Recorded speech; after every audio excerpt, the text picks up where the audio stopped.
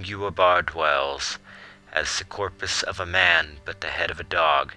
The Prince of Elander did receive such a specimen from those far-off lands. The cynocephalus lets stream its urine with the tolling of every hour, both day and night, and this is why the Zangubarians engrave its likeness on the timepieces and compasses.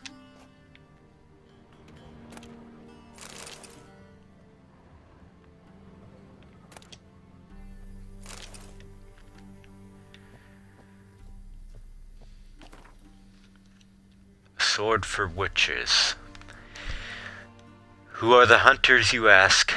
Folk like you and yours, I reply, the decent kind, haters of lies, doers of good, the kind who live according to the gods' laws and nature's laws too, those disgusted by the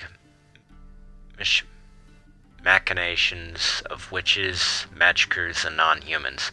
All that separate us from common folk is that we've the courage to take up arms, to defend our lands from evil, to slice out the gangrene that eats us from within.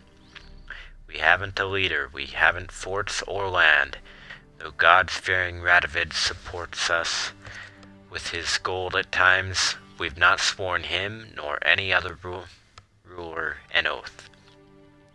We serve only the eternal fire, and we listen only to our own conscience. Who can join us? Any who is right of soul and sound of body. You can find us in every larger city in the north. We will give you board, lodging, and a weapon.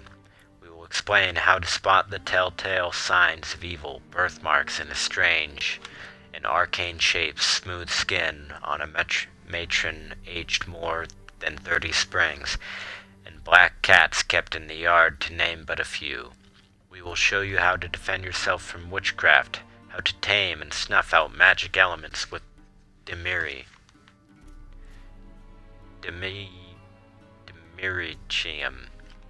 We will instruct you on how to squeeze the sinner's darkest secrets out of them with hot iron, and how to grant them cleansing death with the help of sacred fire. A shame I have no time.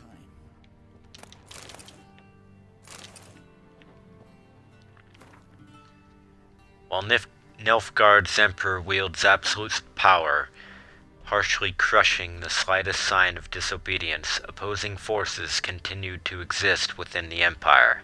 By this, I do not mean the disgruntled leaders of conquered provinces, but the magnates within the city of 1,000 towers who are unhappy with current leadership. This conflict between the emperor and the noble houses of Nilfgaard, the capital, dates back many years. All the princes of the blood and magnates expected their ruler to wed one of their daughters and sire an heir with one of their own. The emperor, however, had other plans. This proved a slap in the face for all great families, from which he refused to take a bride. The Nilfgaardian opposition patiently waits for the emperor to slip up, for some event to occur which will weaken his authority, be it economic crisis or defeat in battle. A secret conspiracy lies ready to seize such a moment to incite the disaffected, assassinate the emperor, and carry out a coup,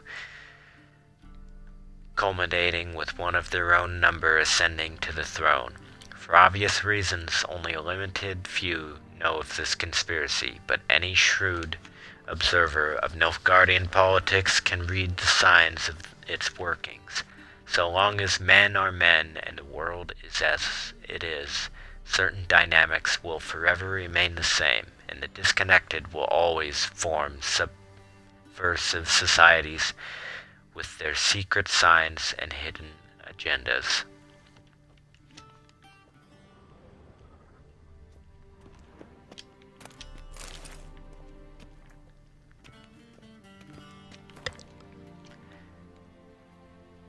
Fridank the Elf. Despite what one might conclude from this moniker, not one drop of elven blood flowed into King Vridank's veins. They called him the Elf because of his exceptional beauty and for the great admiration he felt for the Aenshid, for the elves.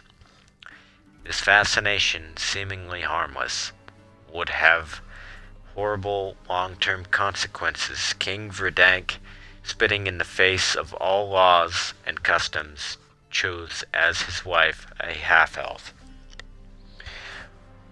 and one of low status at that, known as Beatrix of Couvert. The fruit of this regrettable and short-lived mesalliance was Falca, who later fomented bloody revolt against her own father. Though this uprising was ultimately extinguished and Falca herself burned at the stake, the young state was thereafter thrown into chaos for years to come.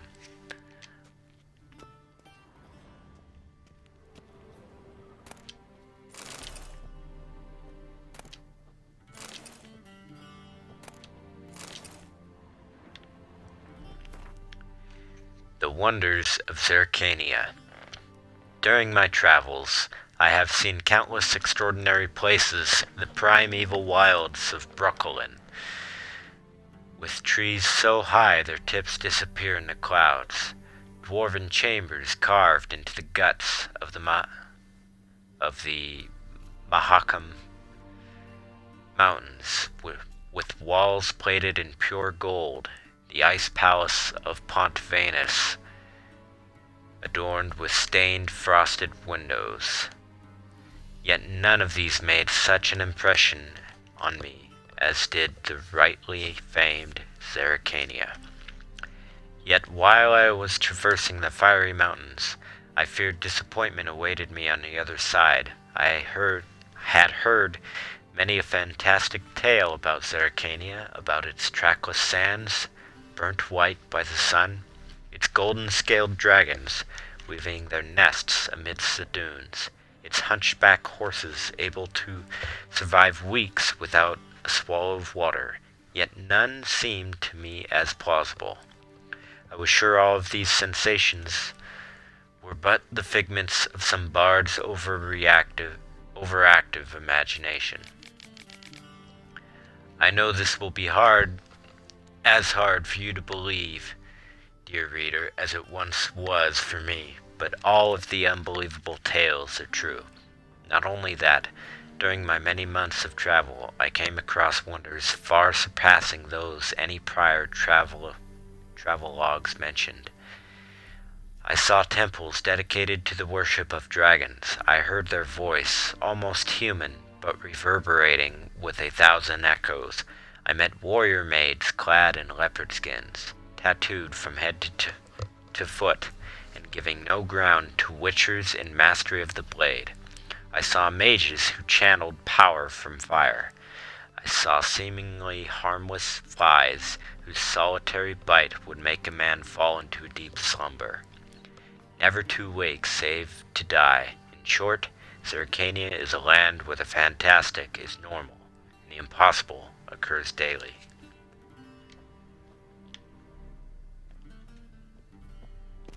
Vedimi, directly out of Nordling tales. Inconceivable.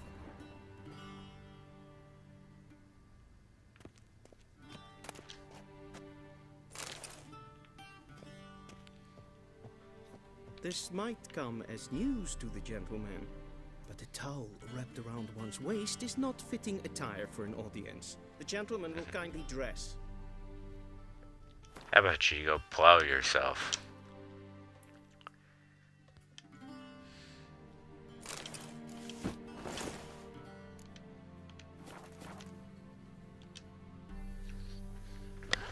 Black suits the gentleman.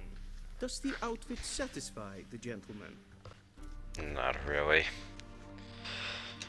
A studded doublet with a sword on my back. That's what would satisfy me. But tough, when in Nilfgaard. Yes. It's a saying. So what now? Powder my nose? No need. The gentleman's complexion is light enough. The gentleman was to stand before the Wow. ruler of the north and south. I must confirm that he knows how to Yeah, shit.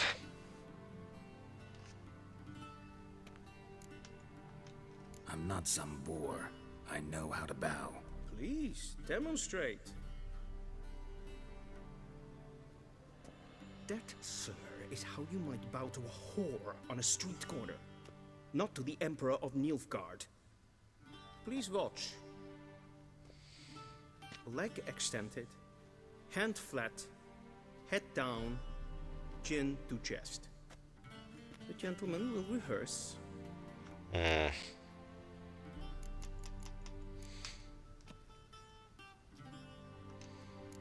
Gotta be kidding. Not at all. I am mortally serious. Does the gentleman know the penalty for breaches of etiquette in the Emperor's presence? 200 lashes. I cannot wish that upon him. So I will not let him leave until I am confident that he knows how to behave. Are you fucking serious? Alright.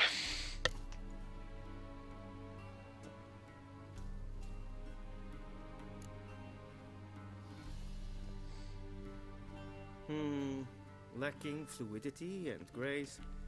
But we've learned to expect less of Nordlings. Come with me.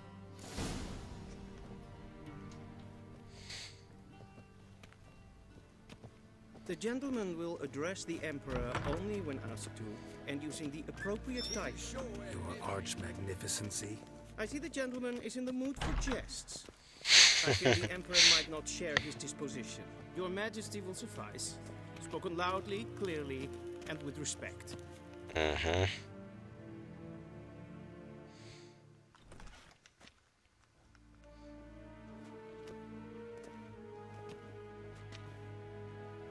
Im grimi eb art ketzer. Daifen aden in karn eb marvut. Emir var emreis. Bow.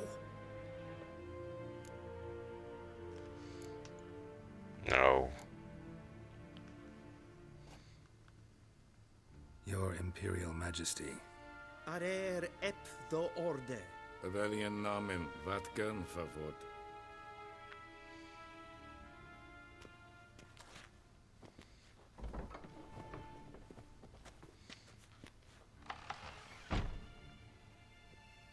So many months at Foltest Court. Yet you still haven't mastered the basics of etiquette. Know what they say? Can't teach an old wolf new tricks.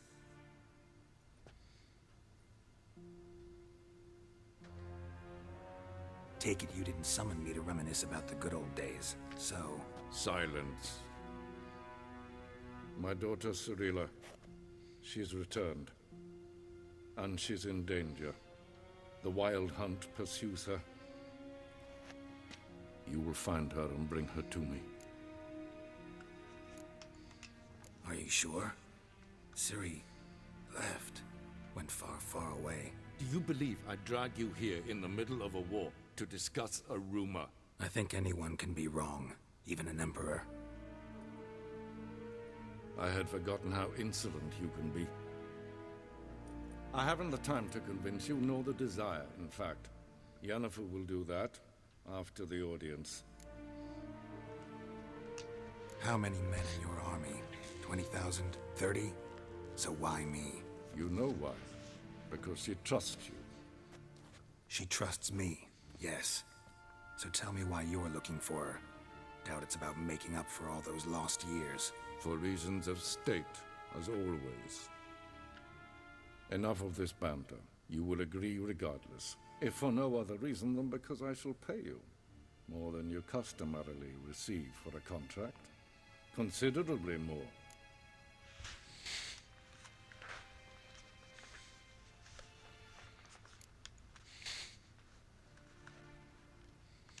Save your generosity for those whose homes your armies have razed. I'll do it for Ciri, not for your gold. Your motives do not interest me. Only results. Yennefer will tell you the rest. This audience is finished. Mererid! Take him to the sorceress.